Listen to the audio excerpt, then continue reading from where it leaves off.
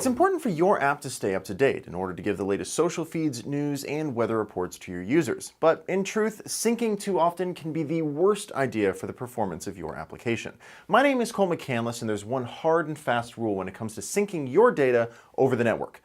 Do not oversync. I mean, it's a pretty common situation. The user has your app active, or maybe it was the last app they used, and you want to make sure that there's plenty of new data available for them so that they won't close your app or let their attention wander elsewhere. So you sync. You sync a lot. You ping the server, you ask for new data, and bring it down as often as you can.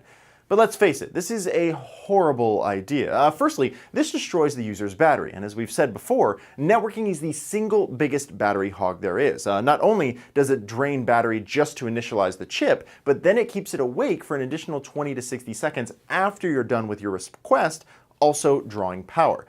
In fact, you can fall into a really bad place where each one of your networking requests ends up waking up the radio and paying this cost. Not ideal. Secondly, consider the sheer volume of bits that your app is now responsible for requesting on the user's phone. For users on restricted usage data plans, this can be a make or break crime. I mean, one app eating up a month's worth of bandwidth simply because it keeps pinging the server for new data? Not a good idea. And this is also a double whammy because the slower the connection, the longer the radio stays on to help transfer data, meaning that you're not only being taxed for bits on the wire, but also draining more battery as a result. So syncing too often is bad, but let's be realistic here. Your app needs the data in order to provide the user with the best experience. We can't just cut syncing out completely, right? And the truth is, you don't have to. There's a few handy tricks that you can employ which will give the user the same sense of functionality, but require much fewer requests. The key to this solution is understanding the difference between stuff that has to happen right now and stuff that can be delayed. For example, if the user takes an action requesting that their news feed updates right now, well, then you pretty much have to kick off that request. But really, the second and third types are where you can actually start improving performance. The requests that happen on regular intervals that keep things up to date, but don't need to happen right this second. If it's not super important right now, then you can be smarter about how it's synced. Case in point, you should really never poll the server regularly for updates. You're basically just wasting bandwidth and battery for the server to tell you that nothing's changed. Instead, it's better to leverage other services like Google Cloud Messaging, which will let the server signal the app when there's new content. This will reduce the amount of battery churn the phone is doing and reduce the overall number of server responses that you need to worry about.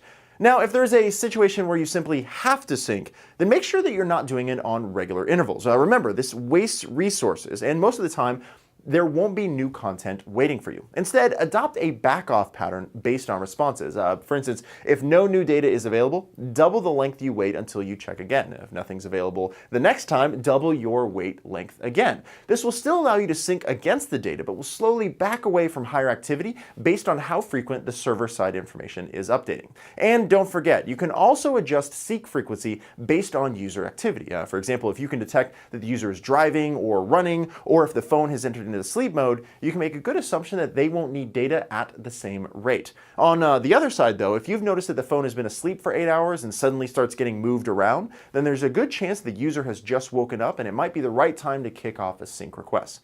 And finally, don't hesitate to adjust your sync frequency based on the state of the device. Waiting for it to be plugged in or connected to Wi-Fi to do syncing helps keep the battery happy while users are out and about. And the good news is that you can update your app to adopt these patterns without having to write a massive amount of code. GCM Network Manager is a Google Play Services API which helps to schedule network-oriented tasks and handle batching for you. This greatly simplifies the implementation of common patterns such as waiting for network connectivity, network retries, and exponential backoff. Basically, all the good stuff you need with one single helpful API. And if you're ever wondering how your application is using the network, make sure to check out the Network Traffic tool inside of Android Studio. It will easily show you the frequency of your data transfers and the amount of data transferred during each connection. Of course, that's what it all comes down to, right? Watch some videos, improve your app, make your users happier, but you're not done yet. That's why you need to check out the rest of the Android Performance Patterns content. And don't forget to join the Google Plus community as well. So keep calm, profile your code, and always remember, perf matters.